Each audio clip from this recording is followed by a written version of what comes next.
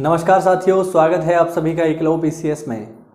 और जैसा कि हमारे यहाँ पर जियोग्राफी की नियमित सीरीज चल रही है, उसी श्रृंखला में आज हम पढ़ने जा रहे हैं जियोग्राफी का बहुत ही महत्वपूर्ण विषय, जो कि वनडे एग्ज़ाम के लिए या अदर सिविल सर्विसेज एग्ज़ाम के लिए भी बहुत इंपॉर्टेंट है। पेपर में से सवाल आ जाते हैं। टॉपिक का नाम है भारत की प्रमुख झीलें। वन लाइनर टॉपिक है ये और फैक्ट वाइज टॉपिक है अगर देखा जाए तो आज हम इस टॉपिक की विशेष चर्चा करेंगे और जानेंगे भारत में कितने प्रकार की झीलें मिलती हैं और उन झीलों की लोकेशन क्या है, या किसी झील की कोई अगर मुख्य विशेषता है तो उसको भी हम जानने का प्रयास करेंगे। तो चलिए बिना किसी देरी के शुरू करते हैं हमारा टॉपिक, जो कि है भारत की प्रमुख झीलें।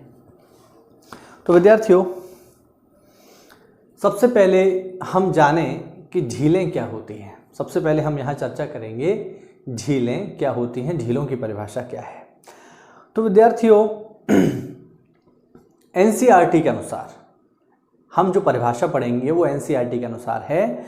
एनसीईआरटी के अनुसार पृथ्वी की सतह के गर्त वाले भाग, पृथ्वी की सतह के गर्त वाले भाग जहाँ पर जल जमा हो जाता है, पानी इकट्ठा हो जाता है, उसे हम झील कहते हैं।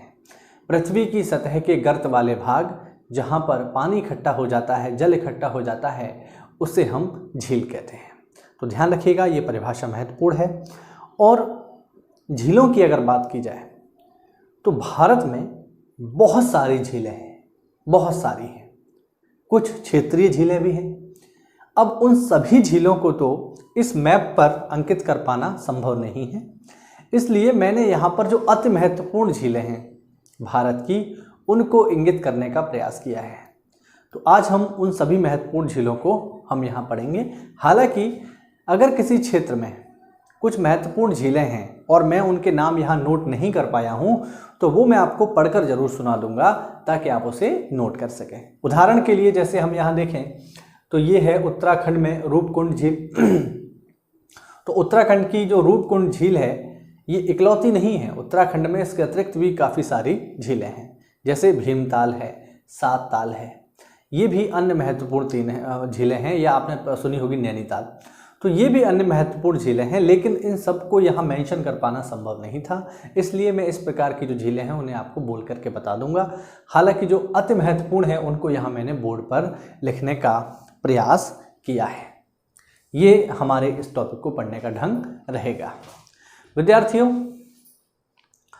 झीलों को पढ़ने से पहले हम ये जान लें कि झीलों के प्रकार कितने होते हैं, झीलें जो हैं कितने प्रकार की होती हैं।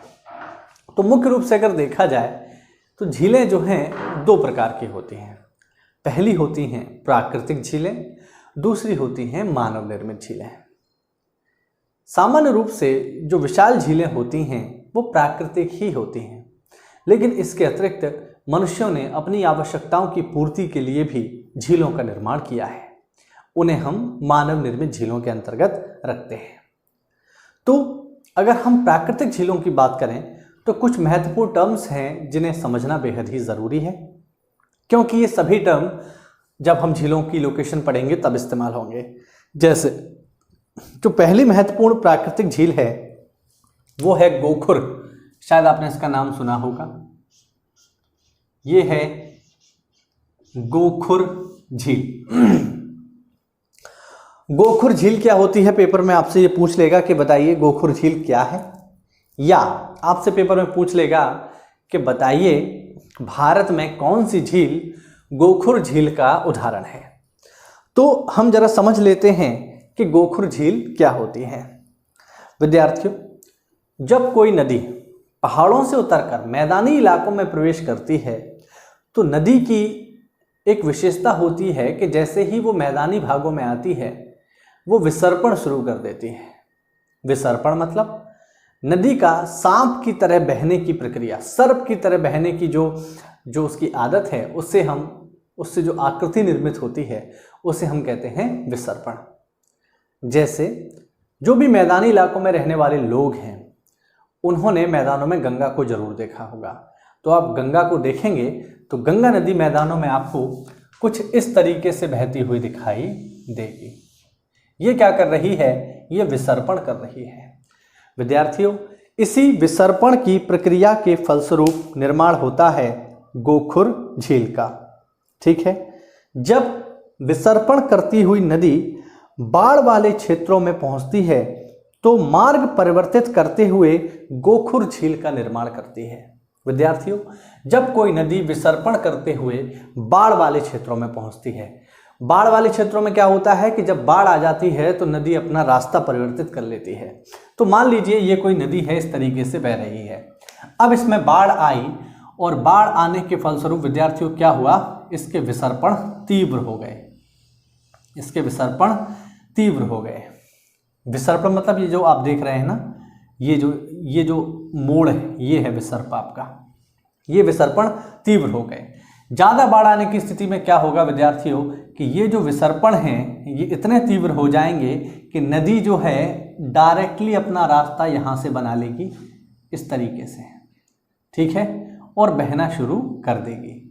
ऐसी स्थिति में क्या होगा, ऐसी स्थिति में होगा ये कि नदी जो है इतना लंबा मोड़ ना लेकर के सीधे ही यहाँ से निकल आएगी। और जब नदी सीधे ही यहाँ से निकल आएगी तो क्या होगा, यहाँ पर जो नदी का जल शेष रह जाएगा वो निर्माण करेगा एक झील का। और ये जो आप स्थान देख रहे हैं ये बन जाएगा एक गोखुर झील। गोखुर झील हम इसे इसलिए कहते हैं क्योंकि इसकी जो आकृति है खुर के समान है। आप देख सकते हैं खुर के समान इसकी आकृति है, इसी वजह से हम इसे गोखुर झील कह रहे हैं। गोखुर झील कहाँ बनती है? गोखुर झील वहां बनती है जहां पर विद्यार्थियों बाढ़ वाले क्षेत्रों में नदी अपना मार्ग परिवर्तित करती है और इससे निर्माण होता है गोखुर झील का। यदि हम इसका उदाहरण देखें कि गोखुर झील के उदाहरण क्या है, तो विद्यार्थियों गोखुर झील का बढ़िया उदाहरण है वूलर झील। वूलर झील का नाम आप सभी लोगों ने सुना होगा, आप मैप पे भी देख सकते हो। ये है वूलर झील जो कि जम्मू एंड कश्मीर में है और उदाहरण है किसका? गोखुर झील का। ठीक है, दूसरी नंबर की जो महत्वपूर्ण झील है वो है लैगून।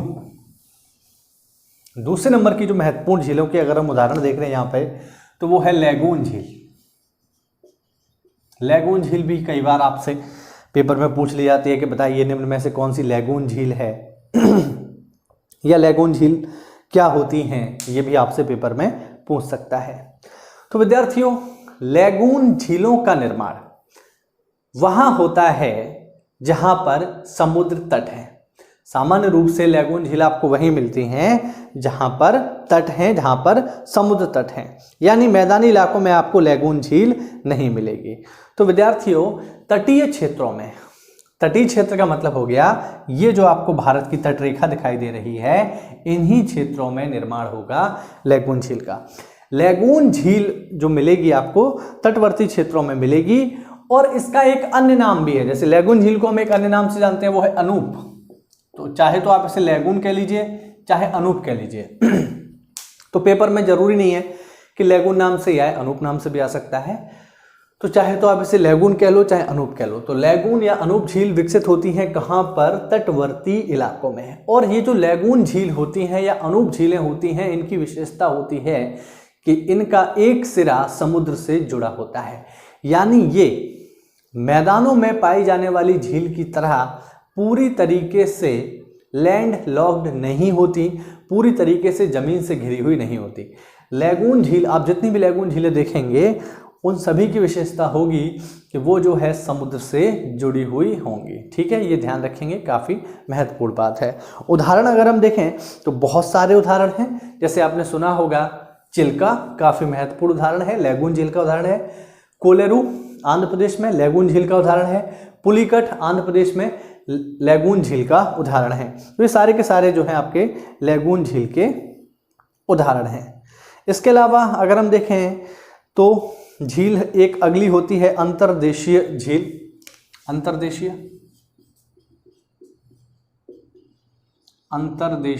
झील। अब देखो अंतर्देशीय झील क्या है? तो अंतर्देशीय झील विद्यार्थियों वो झीलें होती हैं जो पूरी तरीके से चारों ओर से बंद होती हैं। वे झीलें जो पूरी तरीके से चारों ओर से बंद होती हैं उन्हें अंतर्देशीय झील कहा जाता है। अब अगर हम इसकी तुलना करें लैगून से, तो हमने देखा था कि लैगून जो है वो एक ओर से समुद्र से जुड़ी रहती है। अगर हम इसकी तुलना करें गोखुर से, तो वूलर झील जो है ये निर्मित है नदी से, ठीक है, और कहीं ना कहीं नदियों का इनमें प्रभाव बना रहता है। वूलर झील हो गई या डल झील हो गई, इनको जो पानी की सप्लाई है ये नदियों से ही होती है, तो कहीं ना कहीं इनका नदियों से संपर्क रहता है। अगर हम बात करें अंतर्देशीय झील की, तो ये पूरी तरीके से लॉक्ड होती हैं और इनका किसी भी नदी से प्रत्यक्ष रूप से कोई भी संबंध नहीं होता। उदाहरण के लिए यदि हम देखें तो अंतर्देशीय झील का सबसे बढ़िया उदाहरण है सांभर झील। सांभर झील आप देख पा रहे होंगे राजस्थान में है सांभर झील, और ये जो झील है ये उदाहरण है अंतर्देशीय झील का, है ना, लैंड लॉक्ड लेक, ठीक है, अंतर्देशीय झील। ये सभी याद रखिएगा, पेपर में आपसे पूछे जा सकते हैं कि कौन सी झील जो है किसका उदाहरण है, तो ये है अंतर्देशीय झील। अगली जो झील है, जो झील का प्रकार है वो है ज्वालामुखी निर्मित। अगला जो झील का प्रकार है विद्यार्थियों वो है ज्वालामुखी निर्मित झीलें, ठीक है, ज्वालामुखी क्रिया से निर्मित झीलें। ऐसी झीलें जिनका निर्माण ज्वालामुखीय क्रिया से हुआ है उन्हें हम ज्वालामुखी निर्मित झीलें भी कहते हैं। यानी ऐसी झीलें जो ज्वालामुखी से बनी हैं तो उन्हें हम कहेंगे ज्वालामुखी निर्मित झीलें। उदाहरण के लिए यदि हम देखें तो इसका उदाहरण है लोनार झील, महाराष्ट्र में आप देख सकते हो। लोनार झील महाराष्ट्र में ज्वालामुखी क्रिया से निर्मित झील का उदाहरण है, ठीक है। तो ज्वालामुखी निर्मित झीलें कैसी होती हैं? ज्वालामुखी के बारे में हम लोग जानते ही हैं, ज्वालामुखी होता है, ज्वालामुखी का जो मुंह होता है उसे क्रेटर कहते हैं। क्रेटर से ही लावा जो है बाहर निकलता है। तो अगर कोई ऐसी स्थिति आ जाए कि ज्वालामुखी मृत हो जाए तो उसका जो क्रेटर है वो किसी काम का नहीं रहेगा। जब ज्वालामुखी मृत हो गया तो वहाँ से लावा बाहर नहीं आएगा। लावा बाहर नहीं आएगा तो जो ज्वालामुखी की ट्यूब होती है वो ब्लॉक हो जाती है, और जो ज्वालामुखी का क्रेटर होता है, जो मुंह होता है जहाँ से ज्वालामुखी फटता है, जहाँ से लावा जो है बाहर निकलता है, वो भी किसी काम का नहीं रहेगा, तो वो भी बंद हो जाएगा। बंद होने के फलस्वरूप जब पानी बरसेगा तो उसके मुंह में पानी भर जाएगा, उस पूरे ज्वालामुखी के मुंह में पानी भर जाएगा और वो क्रेटर जो है एक बड़ी झील के रूप में विकसित हो जाएगा। इसी प्रकार से बनी झीलों को हम कहते हैं ज्वालामुखी निर्मित झीलें, जिसका उदाहरण है लोनार झील महाराष्ट्र में।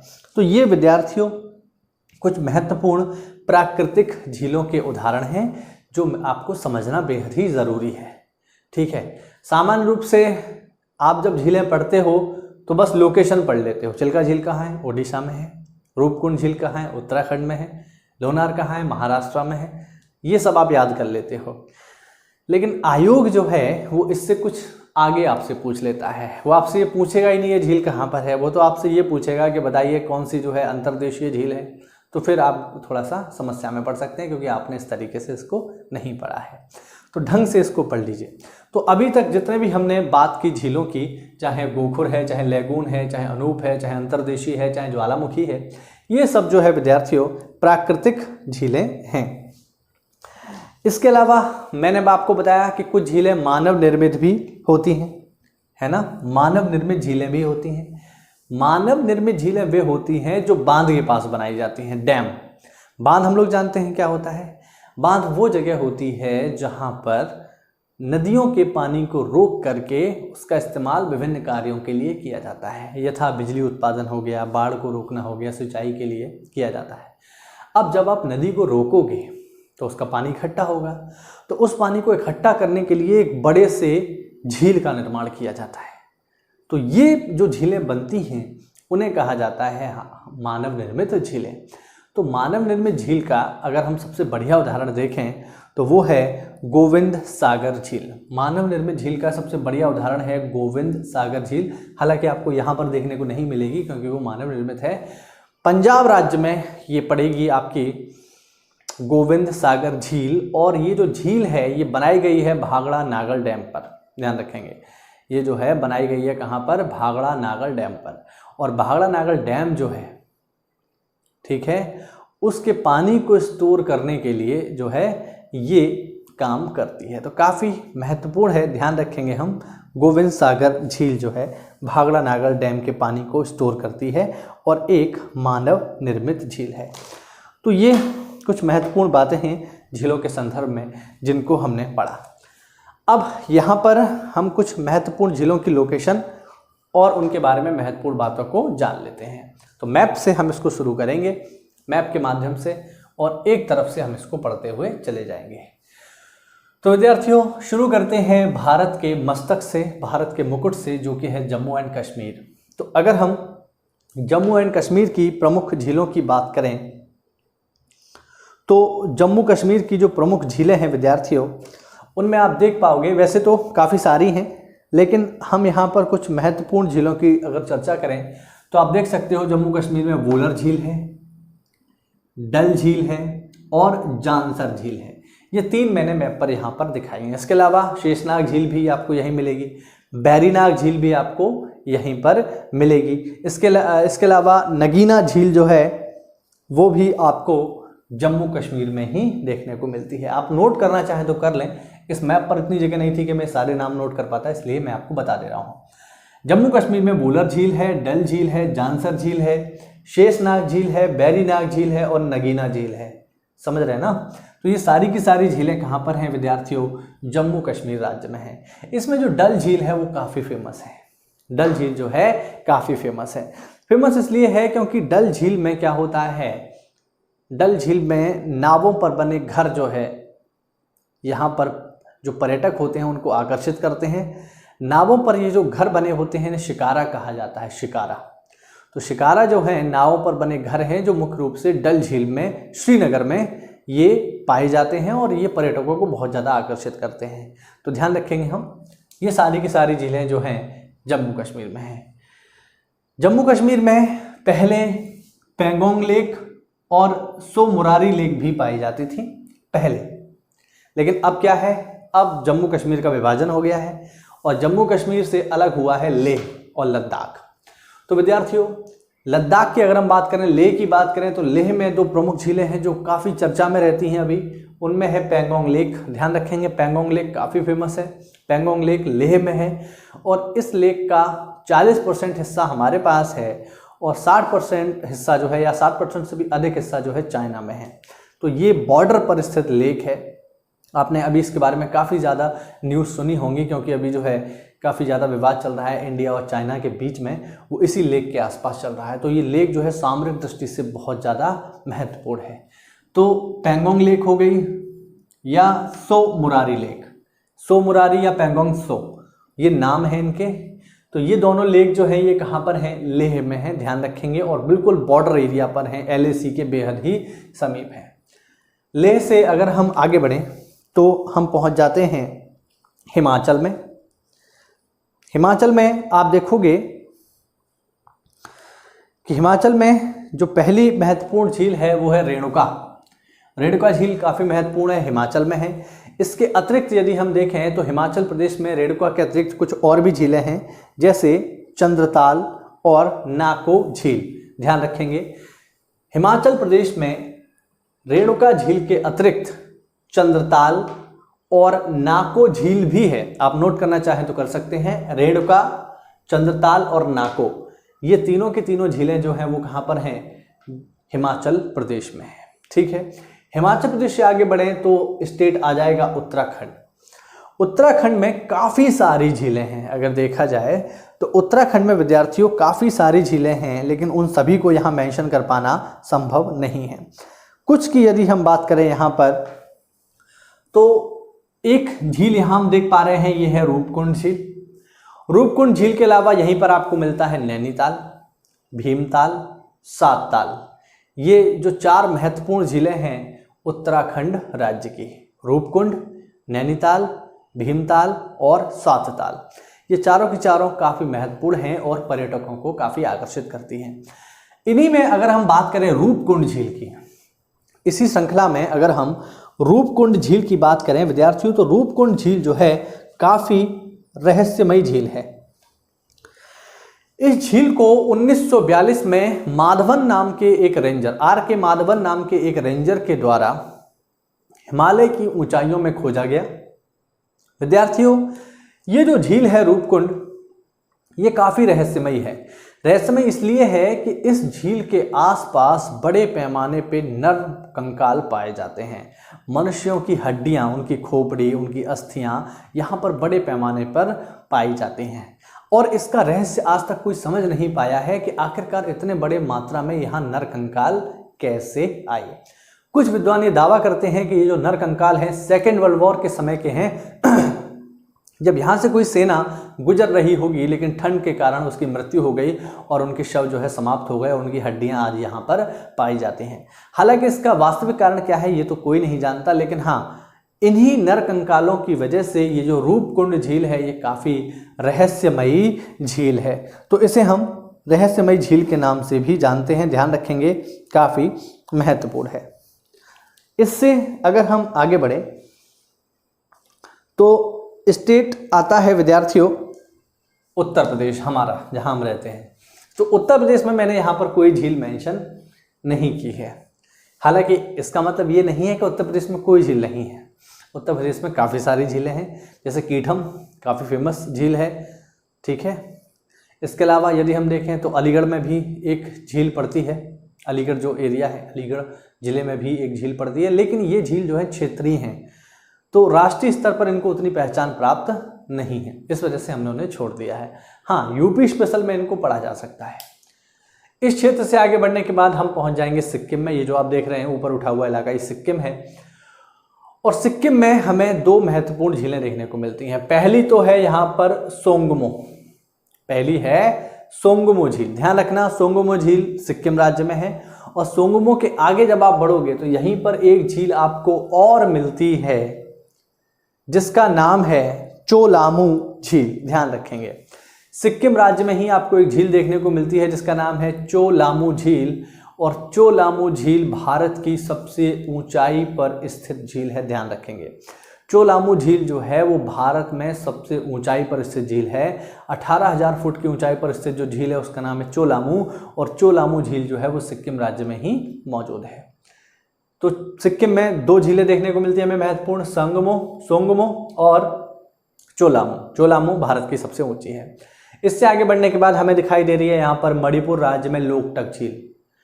लोकटक झील कहाँ पर है? मणिपुर राज्य में है। और लोकटक झील की अगर हम विशेषता की बात करें विद्यार्थियों, तो लोकटक जो झील है, इस झील के बीच में एक जंगल है। समझ पा रहे हैं ना? जैसे एक बड़ी सी झील, इसको हम यहाँ पर बनाने का प्रयास करते हैं। तो एक बड़ी सी झील है यहाँ पर इस तरीके से, और इस बड़ी सी झील के बीच में क्या है? एक जंगल है। ठीक है, हाँ जी। तो ये हो गई झील और ये है झील के बीच में जंगल। तो ये है लोकटक झील और लोकटक झील के बीच में है जंगल। और ये जो जंगल है विद्यार्थियों, एक राष्ट्रीय उद्यान है। ये जो जंगल है एक राष्ट्रीय उद्यान है। तो लोकटक झील के भीतर एक राष्ट्रीय उद्यान है और इस राष्ट्रीय उद्यान का नाम है काबुल लामजाओ। ध्यान रखेंगे, काबुल लामजाओ राष्ट्रीय उद्यान कहाँ पर है? लोकटक झील में मौजूद है, लोकटक झील के भीतर मौजूद है। अब चूंकि ये लोकटक झील के भीतर मौजूद है काबुल लामजाओ राष्ट्रीय उद्यान, इसी वजह से काबुल लामजाओ राष्ट्रीय उद्यान को भारत का या विश्व का एकमात्र तैरता राष्ट्रीय उद्यान कहा जाता है, फ्लोटिंग नेशनल पार्क। अब इसका मतलब ये नहीं है कि ये पूरा हिस्सा तैर रहा है, सांकेतिक शब्द है। तैरने का मतलब इसलिए है क्योंकि चारों ओर पानी है। ठीक है, समझ पा रहे हैं ना? तो ये तैरता राष्ट्रीय उद्यान है जिसका नाम है काबुल लामजाओ। और काबुल लामजाओ जो राष्ट्रीय उद्यान है वो कहाँ पड़ता है? लोकटक झील के भीतर। भीतर से मतलब अंदर नहीं, उसके चारों ओर। ठीक है, तो लोकटक झील काफी महत्वपूर्ण है, मणिपुर राज्य में है, काफी इंपॉर्टेंट है। इसके अलावा पूर्वोत्तर के राज्यों में अन्य कोई महत्वपूर्ण झील नहीं है। ठीक है, इन राज्यों से आगे बढ़ेंगे तो आ जाएगा ऊपर पश्चिम बंगाल। पश्चिम बंगाल में भी कोई ऐसी बड़ी झील नहीं है राष्ट्रीय स्तर की जिसकी कोई पहचान हो। और पश्चिम बंगाल से आगे बढ़ेंगे तो आ जाएगा ओडिशा। और ओडिशा में हमें देखने को मिलती है विद्यार्थियों चिल्का झील। ओडिशा में हमें देखने को मिलती है चिल्का झील। और चिल्का झील, जैसा कि मैंने आपको बताया कि चिल्का झील उदाहरण है अनूप झील का यानी लैगून झील का। तो चिल्का झील उदाहरण है किसका? एक लैगून झील का, यानी चिल्का झील का एक हिस्सा समुद्र के साथ जुड़ा हुआ है। तो स्पष्ट रूप से हम कह सकते हैं कि ये मीठे पानी की झील नहीं है, ये खारे पानी की झील है, क्योंकि इसका एक हिस्सा जो है समुद्र के साथ जुड़ा हुआ है। विद्यार्थियों, चिल्का झील जो है भारत की सबसे बड़ी लैगून झील है, ये भी हम याद रखेंगे। चिल्का झील जो है भारत की सबसे बड़ी लैगून झील है। चिल्का लैगून झील का उदाहरण है और चिल्का ही भारत की सबसे बड़ी लैगून झील है जिसका एक हिस्सा समुद्र के साथ जुड़ता है। दूसरी महत्वपूर्ण बात अगर हम देखें विद्यार्थियों, तो चिल्का झील में ही जो नौसैनिक ट्रेनिंग सेंटर है वो यहाँ पर है। जो हमारी नेवी है, तो नेवी का जो ट्रेनिंग सेंटर है वो चिल्का झील में ही मौजूद है, ध्यान रखेंगे हम, ठीक है। जो नौसेना का ट्रेनिंग स्कूल है वो चिल्का झील में ही मौजूद है और चिल्का झील लैगून झील का उदाहरण है।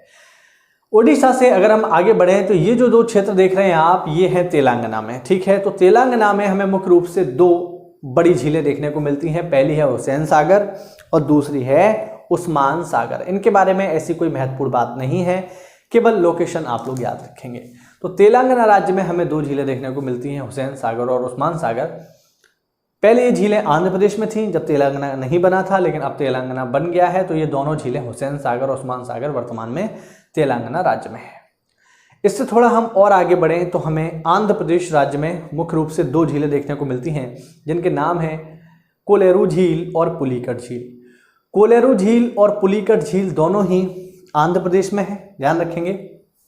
कोलेरू झील और पुलिकट झील दोनों ही आंध्र प्रदेश में हैं और कोलेरू और पुलिकट दोनों ही लैगून झीलों का उदाहरण है, ध्यान रखेंगे।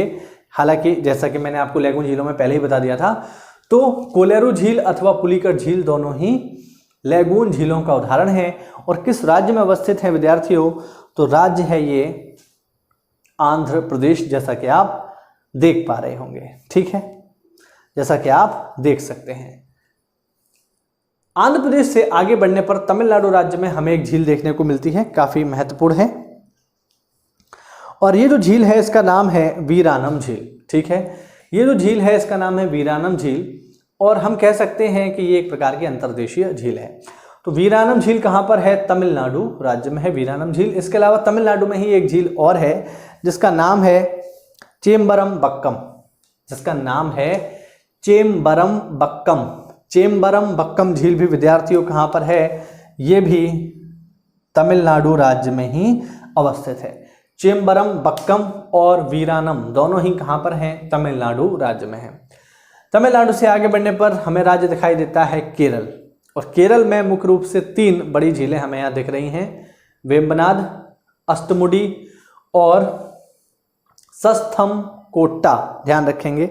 इसका नाम है सस्थम कोट्टा, ठीक। तो केरल राज्य में हमें तीन झीलें दिखाई दे रही हैं, वेम्बनाड, अष्टमुडी और सस्थम कोट्टा। ये तीनों झीलें कहाँ पर हैं? ये तीनों झीलें केरल राज्य में मौजूद हैं। ये तीनों झीलें कहाँ पर हैं? ये तीनों झीलें केरल राज्य में मौजूद हैं। और अगर हम इनकी विशेषता की बात करें तो विद्यार्थियों, केरल राज्य में जो झीलें पाई जाती हैं इन्हें स्थानीय रूप से एक विशेष नाम दिया जाता है। केरल राज्य में जो झीलें पाई जाती हैं इन झीलों को स्थानीय रूप से कयाल कहा जाता है, ध्यान रखना। केरल राज्य में पाई जाने वाली झीलों को, चाहे वेम्बनाड हो, चाहे अष्टमुडी हो, चाहे सस्थम कोट्टा हो, इन झीलों को स्थानीय रूप से कयाल कहकर संबोधित किया जाता है। इन्हें हम कयाल कहते हैं, ठीक है। तो ध्यान रखेंगे, प्रश्न आपसे पूछेगा कि बताइए कयाल नामक झीलें किस राज्य में अवस्थित होती हैं? तो आपका जवाब आएगा केरल। केरल राज्य में ही अवस्थित होती हैं। विशेषता की बात करें तो आप ये जो वेम्बनाड झील देख रहे हैं केरल राज्य में, अगर हम इनकी विशेषताओं की बात करें तो केरल राज्य में जो आपको वेम्बनाड झील दिखाई दे रही है, इसी वेम्बनाड झील में एक द्वीप है जिसका नाम है वेलिंगडन, जिसका नाम है वेलिंगडन या वेलिंगटन। तो वेलिंगडन द्वीप वेम्बनाड झील के भीतर है और इसी द्वीप पर राष्ट्रीय स्तर की नौकायन प्रतियोगिता होती है। नौकायन, शायद आपने देखा होगा फोटोज में कि एक पतली सी नाव होती है, उस पर बहुत सारे लोग बैठे होते हैं और नाव की फिर रेस लगती है। तो ये जो रेस है ये राष्ट्रीय स्तर की प्रतियोगिता होती है नौकायन की, और ये जो है वेम्बनाड झील में स्थित द्वीप जिसका नाम है वेलिंगडन, यहीं पर होती है। ध्यान रखेंगे, इसी कयाल में होती है। कयाल यानी केरल में स्थित झील है, तो ध्यान रखेंगे हम इस बात को। केरल से आगे बढ़ने के बाद हमें देखने को मिलेगा कर्नाटका। तो कर्नाटक में कोई झील नहीं है। फिर गोवा आ जाएगा, गोवा में भी ऐसी कोई राष्ट्रीय स्तर की झील नहीं है। और फिर हम आ जाते हैं ऊपर महाराष्ट्र में। तो महाराष्ट्र में हमें 2 झीलें देखने को मिलती हैं। पहली है पोवाई झील, ध्यान रखेंगे पोवाई झील महाराष्ट्र में है, मुंबई जो है इसी के पूरे आसपास है। तो पोवाई झील महाराष्ट्र में है। इसके अलावा महाराष्ट्र में दूसरी महत्वपूर्ण झील है लोनार। लोनार झील महाराष्ट्र में है, जिसके बारे में मैंने स्टार्टिंग में आपको बताया कि ये ज्वालामुखी क्रिया से निर्मित झील है। तो महाराष्ट्र में 2 झील हैं, पोवाई और लोनार। महाराष्ट्र से ऊपर बढ़े तो गुजरात में हमें एक महत्वपूर्ण झील देखने को मिलती है जिसका नाम है नल सरोवर। इसका बस नाम और लोकेशन याद रखिएगा। गुजरात में आपको देखने को मिलती है नल सरोवर झील। गुजरात से ऊपर यदि हम जाएं तो ये है मध्य प्रदेश, और मध्य प्रदेश में जो आपको झील देखने को मिलती है विद्यार्थियों, इसका नाम है भोजताल। ठीक है, बस लोकेशन और नाम याद रखिएगा, बाकी कोई महत्वपूर्ण बात नहीं है इसमें। मध्य प्रदेश में हमें देखने को मिलती है भोजताल झील। ठीक है, मध्य प्रदेश में। इसके अलावा यहाँ पर एक झील और भी है जिसका नाम है तवा वोहर। मध्य प्रदेश में एक झील और भी है, तो भोजताल हो गई, दूसरी झील का नाम है तवा वोहर झील। तो तवा वोहर झील और भोजताल झील दोनों ही मध्य प्रदेश राज्य में एमपी में मौजूद हैं। इससे ऊपर बढ़ने पर जो स्टेट है वो है विद्यार्थियों राजस्थान। इसके ऊपर नहीं, मतलब इसका पड़ोसी ही है। तो राजस्थान में अगर हम देखें तो काफ़ी सारी झीलें हैं, लेकिन मैंने यहाँ पर सब नहीं 2 महत्वपूर्ण झीलों के नाम लिखे हैं, हालांकि मैं बता सब दूंगा। तो राजस्थान की जो महत्वपूर्ण झील है वो है सबसे पहली सांभर। ध्यान रखना, राजस्थान की जो सबसे महत्वपूर्ण झील है वो है सांभर। सांभर जो झील है विद्यार्थियों, ये झील खारे पानी की भारत की सबसे बड़ी झील है। अगर आपसे कोई पूछ ले कि भारत की खारे पानी की सबसे बड़ी झील बताइए, तो खारे पानी की सबसे बड़ी झील जो है वो सांभर ही है। और जैसा कि मैंने आपको स्टार्टिंग में बताया कि सांभर जो है अंतर्देशीय झील का उदाहरण है, और सांभर भारत की सबसे बड़ी खारे पानी की झील है जिसका क्षेत्रफल है 230 वर्ग किलोमीटर। ठीक है, 230 वर्ग किलोमीटर के साथ सांभर भारत की सबसे बड़ी खारे पानी की झील है। विद्यार्थियों, प्रश्न उठता है कि आखिरकार राजस्थान के बीचों बीच में खारे पानी की झील कहां से आ गई। तो मैं आपको बता दूं, शायद आपको पता होगा कि ये जो हिस्सा है हमारा पूरा का पूरा जिसे आज हम यहाँ देखते हैं, ये किसी समय में जुड़ा हुआ था गोंडवाना लैंड के साथ, और गोंडवाना लैंड के साथ जब जुड़ा हुआ था तो आज जहाँ पर हम ये पूरा क्षेत्र देख रहे हैं, ये पूरा का पूरा मैदानी इलाका, यहाँ का भी समुद्र था, और उस समुद्र का नाम था टिथिस सागर। कालांतर में टिथिस सागर समाप्त हो गया, लेकिन उसके अवशेष आज भी हमें देखने को मिलते हैं। तो हम ध्यान रखेंगे कि सांभर झील जो है ये उसी टिथिस सागर का अवशेष है, इस बात को ध्यान रखेंगे। ये सांभर झील जो है इसी टिथिस सागर का अवशेष है, यानी सागर तो समाप्त हो गया लेकिन उसका खारा पानी का कुछ अंश जो है सांभर झील में आज भी देखने को हमें मिलता है, ये उसका अवशेष है। और केवल यही एकमात्र अवशेष नहीं है, राजस्थान के मरुस्थलीय इलाकों में मछलियों के जीवाश्म पाए जाते हैं। अब ये कैसे संभव है? ये कैसे संभव है? ये तभी संभव है जब राजस्थान कभी समुद्र में डूबा रहा हो। तो बिल्कुल ऐसा ही था, और आज जहाँ राजस्थान है वहाँ पर किसी समय में टिथिस सागर हुआ करता था, और जब सागर था तो वहाँ पर जीव जंतु भी थे, इसीलिए आज भी उनके जीवाश्म हमें देखने को मिलते हैं। और इसका अगर हम एक उदाहरण ले लें कि क्या राजस्थान वाकई में समुद्र में डूबा था, तो हाँ बिल्कुल ऐसा ही था। सामान्य रूप से जो पेट्रोलियम पदार्थ होते हैं अगर देखा जाए तो कहाँ मिलते हैं हमें? भारत में जो सबसे बड़ा पेट्रोलियम केंद्र है वो बॉम्बे हाई है समुद्र में। और अभी आपने सुना होगा कि राजस्थान में भी 2 तेल कुएं जो है काम कर रहे हैं, भाग्यम, ऐश्वर्या और मंगलम, ये तेल के कुएं हैं राजस्थान में। तो वहाँ पेट्रोलियम मिलने का क्या मतलब है? तो वहाँ पेट्रोलियम इसलिए मिला क्योंकि वो इलाका किसी समय में समुद्र में डूबा हुआ था। और कौन सा समुद्र था? तो वो था टिथिस सागर। इतने सारे सबूत मैंने आपको दे दिए कि हाँ भाई ये जो सांभर झील है ये वाकई में समुद्र का ही एक अंश है। तो ये बात बिल्कुल सही है। और किस समुद्र का अंश है? तो टिथिस सागर का, जो कि समाप्त हो गया। तो सांभर झील यहाँ पर है, खारे पानी की झील है। और भारत में तकरीबन 60 से 70% नमक की आपूर्ति जो है सांभर झील से ही हो जाती है। ध्यान रखना, हमारे घरों में जो नमक इस्तेमाल हो रहा है वो डायरेक्टली समुद्र से नहीं आ रहा, नहीं, वो कहाँ से आ रहा होगा? तो 60% इस बात के चांस है कि आप जो नमक इस्तेमाल कर रहे हैं वो राजस्थान की सांभर झील से ही निकाला गया होगा, क्योंकि ये बहुत ज़्यादा खारा है। समझ पा रहे हैं ना? तो सांभर झील राजस्थान में है। इसके अलावा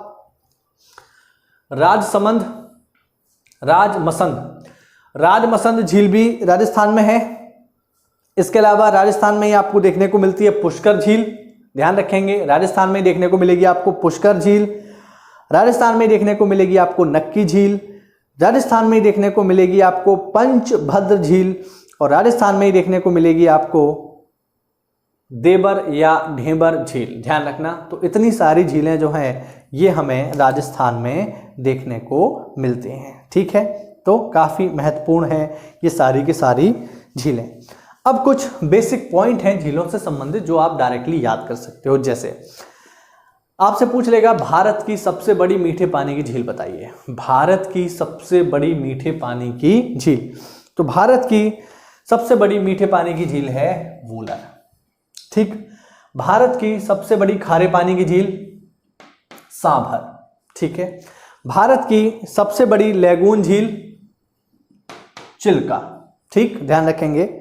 भारत की सबसे ऊंचाई पर स्थित झील तो चोलामू झील, मैंने आपको बताया था सिक्किम राज्य में है, 18,000 फीट की ऊंचाई पर सिक्किम में। ठीक, या बताइए कयाल कहां पाए जाते हैं? तो केरल में। ये कुछ बेसिक वन लाइनर पॉइंट थे जो आपसे पेपर में पूछे जा सकते हैं, और मैंने प्रयास किया कि जितनी भी महत्वपूर्ण झीलें हैं उन्हें मैं यहाँ सम्मिलित कर सकूं। लेकिन फिर भी अगर कोई झील रह गई हो तो मैं उसके लिए क्षमा प्रार्थी हूँ, और अगर आपका कोई झीलों से संबंधित डाउट हो तो आप मुझसे बेझिझक पूछ सकते हो।